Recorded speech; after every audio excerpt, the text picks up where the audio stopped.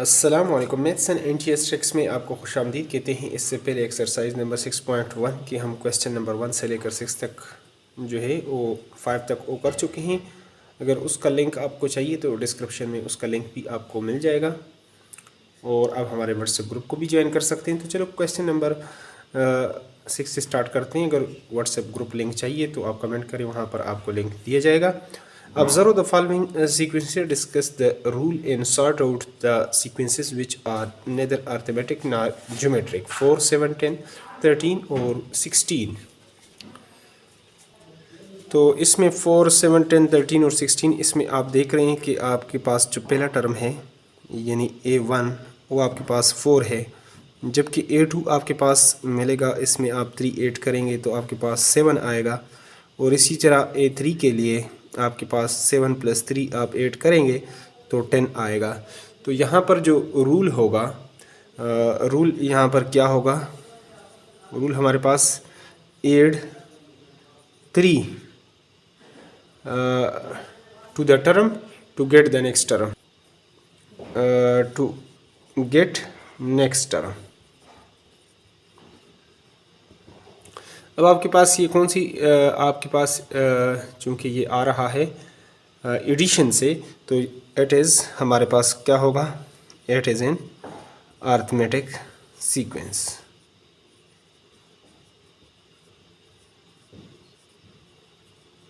इस तरह आप यहाँ पर लिख सकते हैं। अब दूसरे को हम लिख लेते हैं, पार्ट 2 को लिखते हैं। तो ये दूसरा जो आपके पास पार्ट है इसका क्वेश्चन नंबर 6 का 5, 9, 13, 17, 21 + so on। तो इसमें आप देख रहे हैं कि A1 आपके पास है 5 है और A2 आप इसमें अगर 4 ऐड कर लें तो आपके पास आ जाएगा 9। और इसी तरह A3 आपके पास 9 प्लस इसमें अगर 4 ऐड कर लें 13। और इसी तरह प्लस यानी A4 भी आप निकाल सकते हैं + so on, सारे टर्म इसी तरीके से यानी 8, 4। तो रूल हमारे पास इस तरीके से आप लिख सकते हैं, 8, 4 टू गेट नेक्स्ट टर्म। और आपके पास ये कौन सा जो है वो सीक्वेंस है, एडिशन से आ रहा है, तो it is an arithmetic sequence.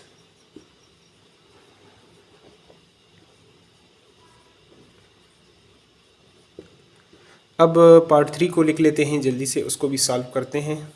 तो यहाँ पर आप इसको देख सकते हैं कि 6, 9, 14, 21 और 30। पहले में आपके पास जो है A1 वो आप इस तरीके से लिख लें। तो A1 = 6 है। A2 आपके पास, तो इसमें आप 3 ऐड कर लेंगे, 6 + 3 = 9 आ जाएगा। लेकिन A3 में अगर आप 3 ऐड कर लें तो 14 नहीं आएगा। तो 9 इसमें आपके पास 5 ऐड हो रहा है तो तब 14, यानी यहाँ पर 3 ऐड हो रहा है, यहाँ पर 5 हो रहा है। नेक्स्ट आप जाएँ तो आपके पास 7th ऐड करेंगे A4 को आप करने के लिए, 14 + 7 = 21। तो एक यानी इसके जो कॉमन डिफरेंस अगर आप लेंगे 9 से, ये 3 आ रहा है और इसका मुख्तलिफ नंबर्स आ रहे हैं, तो ये अरिथमेटिक भी नहीं है। अब देखते हैं कि आया ये ज्योमेट्रिक है या नहीं। तो अगर किसी नंबर को इसके साथ मल्टीप्लाई करके ये भी नहीं आएगा, डिवीजन से भी नहीं आएगा, तो आप लिख सकते हैं it is neither arithmetic nor geometric sequence. ये नीचे आप इस तरतीब से यानी यहाँ पर लिख सकते हैं। तो ये इसका हो जाएगा सॉल्यूशन। ये स्टेप्स मैंने समझाने के लिए किए हैं, बाकी आप डायरेक्ट इस तरह लिख सकते हैं, it is neither arithmetic nor geometric sequence. अब अगले पार्ट की तरफ चलते हैं। तो यहाँ पर चौथे पार्ट को आप देख सकते हैं कि 0, 3, 8, 15 और 24। A1 अगर आपके पास है 0 तो A2 आपके पास है 0 + 3 = 3 आ रहा है। और इसी तरह A3 = 3 प्लस यहाँ पर आप 5 ऐड कर रहे हैं तो 8 आ रहा है। और इसी तरह A4 8 + आप 7 करेंगे तो 15। और A5 अगर निकालना चाहते हैं तो 15 प्लस अगर आप ये 9 कर लेते हैं तो आपके पास इक्वल टू 24 आएगा। तो आपको ऐड करना पड़ रहा है, यानी ऐड यहाँ पर जो रूल, अब ऐड मुख्तलिफ नंबर, पहले आप 3 ऐड कर रहे हैं, फिर 5 ऐड कर रहे हैं, फिर 7 ऐड कर रहे हैं, 9 टू गेट नेक्स्ट टर्म। यहाँ पर आप नेक्स्ट टर्म, लेकिन इसका अगर कॉमन डिफरेंस आप लेते हैं 3 माइनस 0 3 आ जाएगा, 8 अगर 8 से 3 माइनस करेंगे 5 आएगा, यानी कॉमन डिफरेंस इसका सेम नहीं आ रहा। इस तरह अगर कॉमन रेशो निकालेंगे मल्टीप्लिकेशन से तो ये आ ही नहीं रहे, और डिवीजन से भी, तो इट इज़ नेदर, यहाँ पर आप लिख सकते हैं neither arithmetic nor geometric sequence. Geometric sequence आप नीचे लिख सकते हैं। तो ये हमारे पास इस क्वेश्चंस का हो जाएगा solution.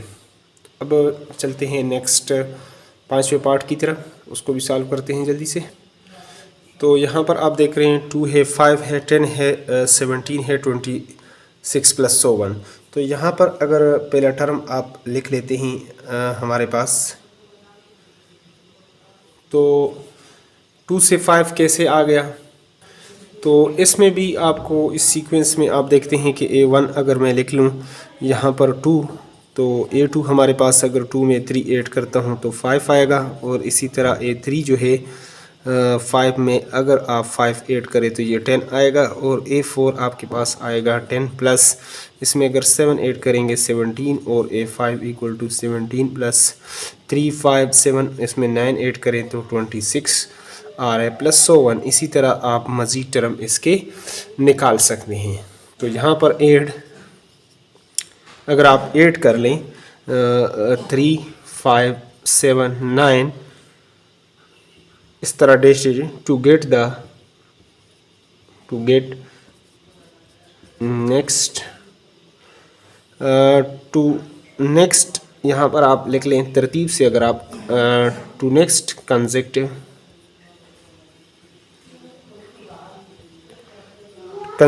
Terms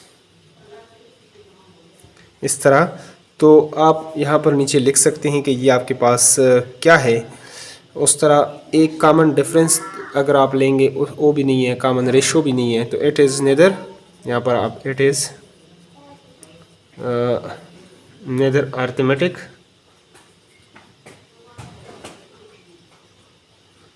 arithmetic nor geometric sequence.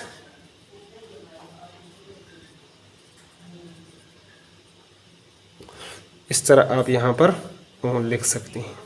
ये हो जाएगा इसका सॉल्यूशन। अगले पार्ट की तरफ चलते हैं, उसको भी सॉल्व करते हैं। तो यहाँ पर पहला नंबर है 5 है, 10 है, 15 है, 25 और 40। तो इस तरह अगर इसमें 5 ऐड करेंगे तो ये आ जाएगा, और इसमें अगर आप ये ऐड करते हैं तो क्या ये आपके पास आएगा। तो पहले में तो आप A1 आपके पास 5 है, दूसरा जो है वो आपके पास, इसमें अगर आप 5 ऐड कर लेते हैं 10 हो जाएगा। लेकिन A3 में अगर आप 10 में अगर 5 ऐड कर लेते हैं तो आपके पास क्या आ जाएगा 15। लेकिन नेक्स्ट आप A4 अगर निकालना चाहते हैं तो 15 प्लस 5 जो है वो आपके पास आएगा यहाँ पर 20, और यहाँ पर लिखा है 25। तो ये भी नहीं है, ये आपके पास अरिथमेटिक सीक्वेंस नहीं है। दूसरी तरफ आप देख लें कि अगर इसको मल्टीप्लाई किया जाए तो 5 2s are 10 हो जाएगा, लेकिन 10 2s are 20 होगा। तो उस तरह भी ये आपके पास जो है जिसका यानी किसी एक नंबर के साथ आप मल्टीप्लाई करके कॉमन रेशो भी नहीं है, वो भी सेम नहीं है, कॉमन डिफरेंस भी नहीं है, तो आप नीचे लिख सकते हैं not a sequence, not a sequence. ये हमारे पास इस तरह आ जाएगा। अगले पार्ट की तरफ चलते हैं, उसको भी जल्दी से सॉल्व कर लेते हैं। तो यहाँ पर 10, 12, 16 और 22 आप देख रहे हैं कि A1 आपके पास है 10 और A2 आपके पास आएगा 10 + 2 = 12 आ जाएगा। और इसी तरह अगर A3 आप निकालना चाहते हैं 12 + 4 निकालें तो 16 और A4 अगर 16 + आप 6 करें तो 22। तो ये तो आपके पास अर्थमेटिक सीक्वेंस नहीं है जिसमें आप कॉमन डिफरेंस, इसका डिफरेंस, इन दोनों का डिफरेंस, इनका डिफरेंस जो है वो सेम नहीं आ रहा। तो इसलिए ये हमारे पास अर्थमेटिक सीक्वेंस भी नहीं, और किसी नंबर के साथ आप मल्टीप्लाई करेंगे तो आपके पास नेक्स्ट टर्म भी नहीं आएगा। तो ऐड आप अगर ऐड कर लें, ऐड यहाँ पर 2, 4, 6 to get next consecutive term. So एक नंबर आप ऐड उस तरह नहीं कर रहे, कॉमन डिफरेंस नहीं निकाल रहे, तो it is nether arithmetic sequence nor geometric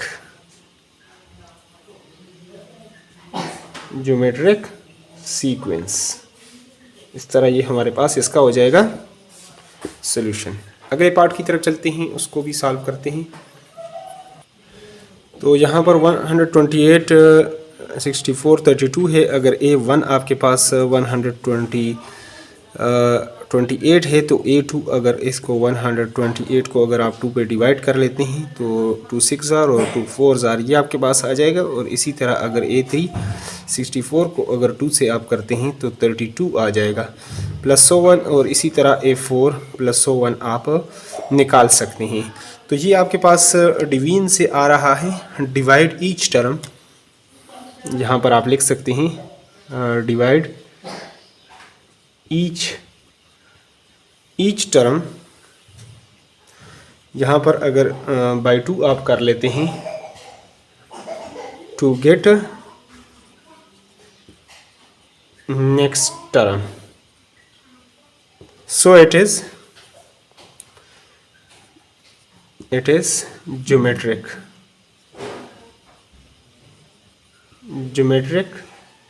sequence. ये आपके पास ज्योमेट्रिक सीक्वेंस है। ज्योमेट्रिक सीक्वेंस में या तो मल्टीप्लिकेशन से या डिवीजन से आपको नेक्स्ट टर्म जो है वो मिलता है। अगले पार्ट की तरफ अब चलते हैं। तो यहाँ पर हमारे पास जो 9 पार्ट है 1, 3, 4, 7, 11 है +1। तो यहाँ पर आप देख रहे हैं कि A1 आपके पास 1 है, A2 यहाँ पर आपके पास किस तरीके से आएगा। तो अगर इन दोनों को अगर इसमें आप ऐड कर लेते हैं, इसमें तो आपने 0 ऐड किया पहले में, अगर दूसरे को आपके पास दूसरा जो है वो 3 है तो A3 आप इन दोनों को प्लस करते हैं तो आपके पास तब ये आता है। और इसी तरह A4 नेक्स्ट जो टर्म है वो आपको इन दोनों से प्लस करके आएगा, इन दोनों के, यानी 3 + 4 = 7। और इसी तरह ये आपके पास इन दोनों के एडिशन से आएगा, यानी 4 + 7 1 2 3 4 5, यानी A5 टर्म आपके पास ये आएगा 4 + 7, तो ये आपके पास 11 आ रहा है। तो ऐसे सीक्वेंस को रूल यहाँ पर पहले मैं लिख लेता हूँ। रूल इसके लिए रूल यहाँ पर ये होगा, each term of this sequence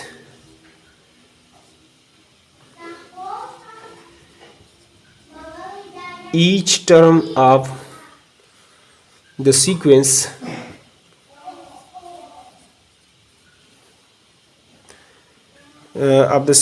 is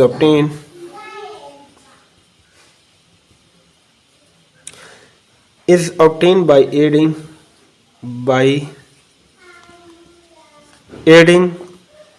the two previous